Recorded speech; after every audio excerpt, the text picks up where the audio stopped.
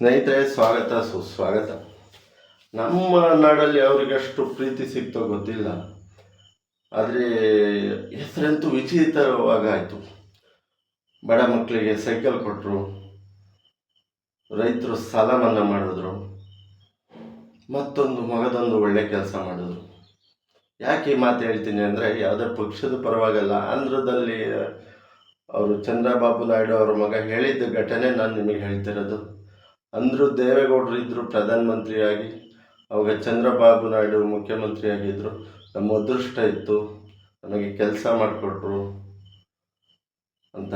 ಈಗ ಕುಮಾರಸ್ವಾಮಿಯವರ ಮಂತ್ರಿಯಾಗಿದ್ದಾರೆ, ಇಲ್ಲಿ ಬಂದಿದ್ದಾರೆ. ನಮ್ಮ ದಕ್ಷಿಣ ಭಾರತಕ್ಕೆ ಒಂದು ಉತ್ತಮವಾದ ಸಂಬಂಧ, ನಮಗೆ ಒಳ್ಳೆಯ ಅಭಿವೃದ್ಧಿ.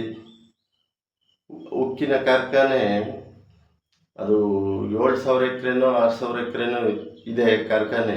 ಆ ಕಾರ್ಖಾನೆ ಪ್ರೈವೇಟ್ನವ್ರು ತಗೊಳಕ್ಕೆ ನೋಡ್ತಾ ಇದ್ರಂತ. ಲಕ್ಷಾಂತರ ಕೋಟಿ ಆಸ್ತಿಯ ಕಾರ್ಖಾನೆ ಬರೀ 15-20 ಸಾವಿರ ಕೋಟಿಗೆ ಪ್ರೈವೇಟ್ನವರು ಹೊಡೆಯಕ್ಕೆ ನೋಡ್ತಾ ಇದ್ರಂತ.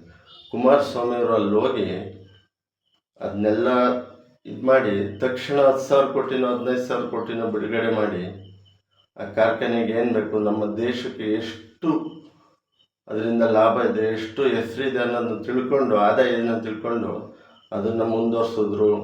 ಅದನ್ನ ಒಂದು ಒಳ್ಳೆಯ ರೀತಿಯಲ್ಲಿ ಪಸರಿಸಿದ್ರು. ಹಾಗಾಗಿ ಅವರು ಎಷ್ಟೋ ಜನಕ್ಕೆ ಕೆಲಸ ಶುರುವಾಯಿತು, ಎಷ್ಟೋ ಜನಕ್ಕೆ ಅನ್ನ ನೀರು ಬಟ್ಟೆ, ನಮ್ಮ ಜೀವನ ಮತ್ತೆ ಶುರುವಾಯಿತು. ಆ ಕಾರ್ಖಾನೆಯಿಂದ ಎಷ್ಟೋ ಅಭಿವೃದ್ಧಿ ಹೊಂದಿತು ಕಾರ್ಖಾನೆ. ಅದು ಗೌರವಾರ್ಥವಾಗಿ ಮೊನ್ನೆ ಅವ್ರು ಹೇಳ್ತಾರೆ, ಕುಮಾರಸ್ವಾಮಿ ಅವರು ದೇವ್ರು ಬಂದಂಗೆ ಬಂದರು. ನಮ್ಮ ಆಂಧ್ರ ಜನ ಯಾವತ್ತೂ ಮರೆಯಲ್ಲ. ಕರ್ನಾಟಕದ್ದು ಆಂಧ್ರದ್ದು ಸಂಬಂಧ ಹೀಗೆ ಮುಂದುವರಿಯುತ್ತೆ ಅಂತ.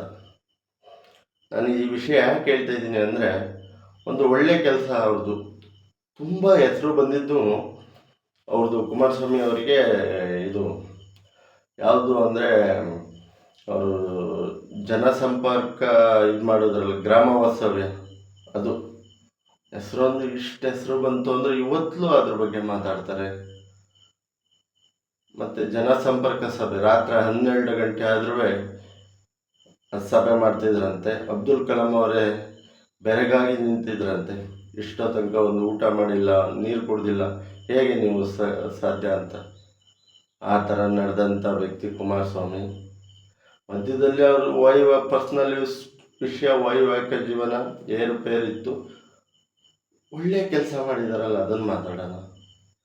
ಈಗ ಅವರು ಕನಸಿದೆ, ಅವ್ರ ಕಾರ್ಯಕರ್ತರು ಹೇಳ್ತಾರೆ ಮುಂದಿನ ಮುಖ್ಯಮಂತ್ರಿ ಕುಮಾರಸ್ವಾಮಿ ಅಂತ. ನೋಡೋಣ ಏನೇನಾಗುತ್ತೆ, ಯಾರು CM ಆಗ್ತಾರೋ ಗೆಲ್ತಾರೋ.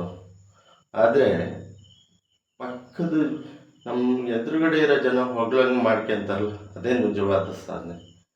ಇಷ್ಟು ಹೇಳ್ತಾ ಒಂದೆರಡು ಮಾತು ಮುಗಿಸ್ತೀನಿ.